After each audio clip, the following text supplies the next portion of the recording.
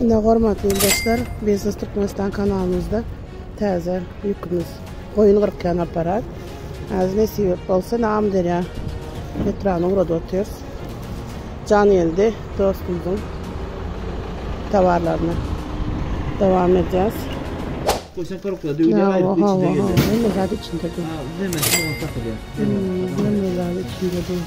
Onu aşağıda dursun, aşağıda koyalım. Şurupları, ayağı. Hatta bir burada üstüne koyulmam önüne.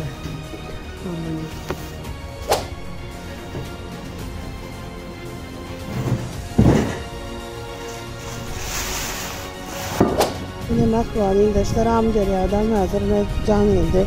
Doğanımızın bulağı gazlı işleyen buxovkası.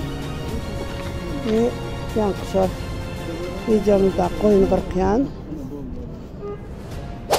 Koyun qırqyanımız. Hazırım tavuk cüceleri iğim beryan hem de su beryan karmuşka fayolkalarımız.